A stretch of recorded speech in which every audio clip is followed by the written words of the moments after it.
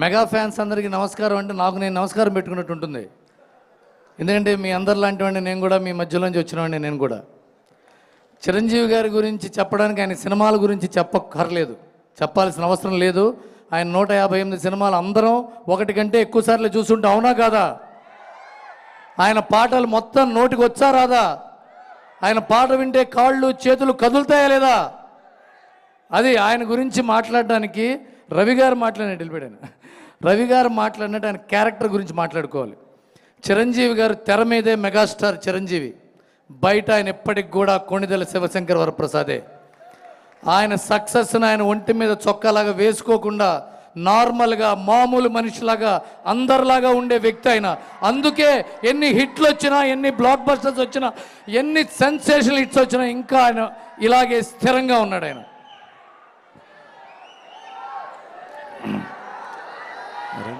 ఎవరండి?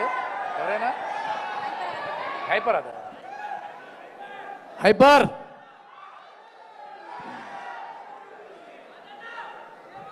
హైపర్ చిరంజీవి గారి గురించి 2-3 ముక్కలు చెప్పాలి మీకు. నేను చిరంజీవి గారి గురించి, నేను చిరంజీవి గారితో పాటు ఒక చోటకు వెళ్ళినప్పుడు ఆయన మెగాస్టార్ చిరంజీవి గారు ఆయన ఇంటికి వచ్చారు. ఆయన బలనా వాళ్ళ ఇంటికి వెళ్ళాం. ఆయనకి ఏమైనా కావాలా, వాటర్ బాటిల్ కావాలా, ఏమైనా ప్లేట్ కావాలా, ఇది కావాలంటుంటే ఆయన చిరాకు వచ్చింది నన్ను చూసి. రవి అన్నాడు ఆయన. సరే నేను దూరంగా వెళ్ళిపోయా.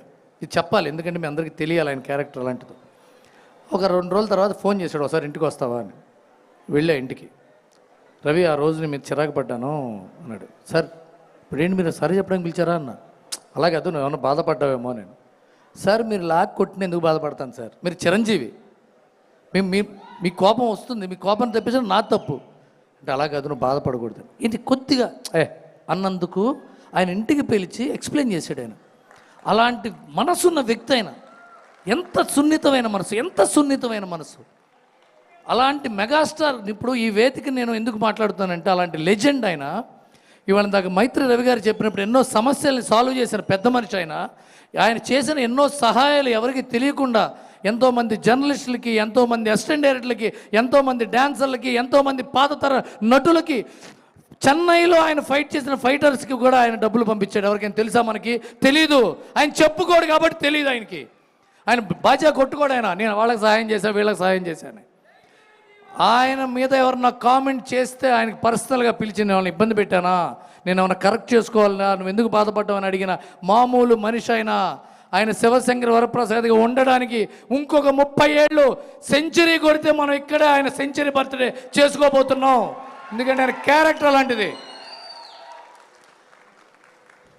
చిరంజీవి గారి గురించి, సినిమాల గురించి చెప్పుకుంటాం. ఆయన క్యారెక్టర్ గురించే చెప్పుకుందాం ఆయన బర్త్డేలకి. ఎందుకంటే ఆయన సినిమాల గురించి ఎప్పుడు చెప్పుకుంటూనే ఉంటాం.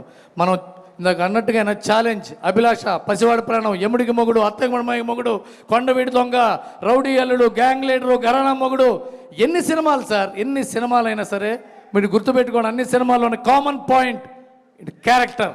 ఆయన క్యారెక్టర్ లాంటిదో చెప్తాడు. ఆయన 10 మందికి సహాయం చేయాలనే క్యారెక్టర్ అయింది. 10 మంది ఆయన బాధ అనుకునే క్యారెక్టర్ అయింది. 10 మంది ఆనందపడితే ఆనందపడే క్యారెక్టర్ అయింది. ప్రతి సినిమా చెక్ చేసుకోండి మీరు. అందుకుని ఆయన అక్కడ ఉన్నాడు. అందుకోలేనంత ఎత్తున్నాడు. ట్విట్టర్లలో, ఫేస్బుక్ల్లో, సోషల్ మీడియాలో కామెడీ చేసి, జోకులేసి, పిచ్చి వెధవల్లాగా నోటికి వచ్చినట్టు మాట్లాడే వాళ్ళకి అందరంత ఎత్తులో ధ్రువ తారలా ఉన్నాడు చిరంజీవి గారు. మీరేం ఫీల్ అవ్వకండి బ్రదర్స్. వాగుతూనే ఉంటాయి, ఏనుగు వెళ్తుంటే కుక్కలు మొరుగుతూనే ఉంటాయి. మొరగనివ్వండి, కుక్కలకు కూడా వీధికి కాపలా కాసే పని ఉందని గుర్తుపెట్టుకుందాం. గుడ్ నైట్, హ్యాపీ బర్త్డే అన్నయ్య.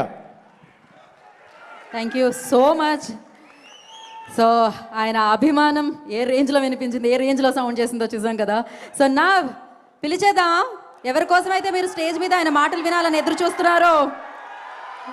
ఇందాకే చెప్పాను నేను భగవంతుడికి భక్తుడు ఎలానో, సినిమాకి అభిమాని ఎలానో, ఆ రాముడికి ఆంజనేయ స్వామి ఎలానో, అలాగే మన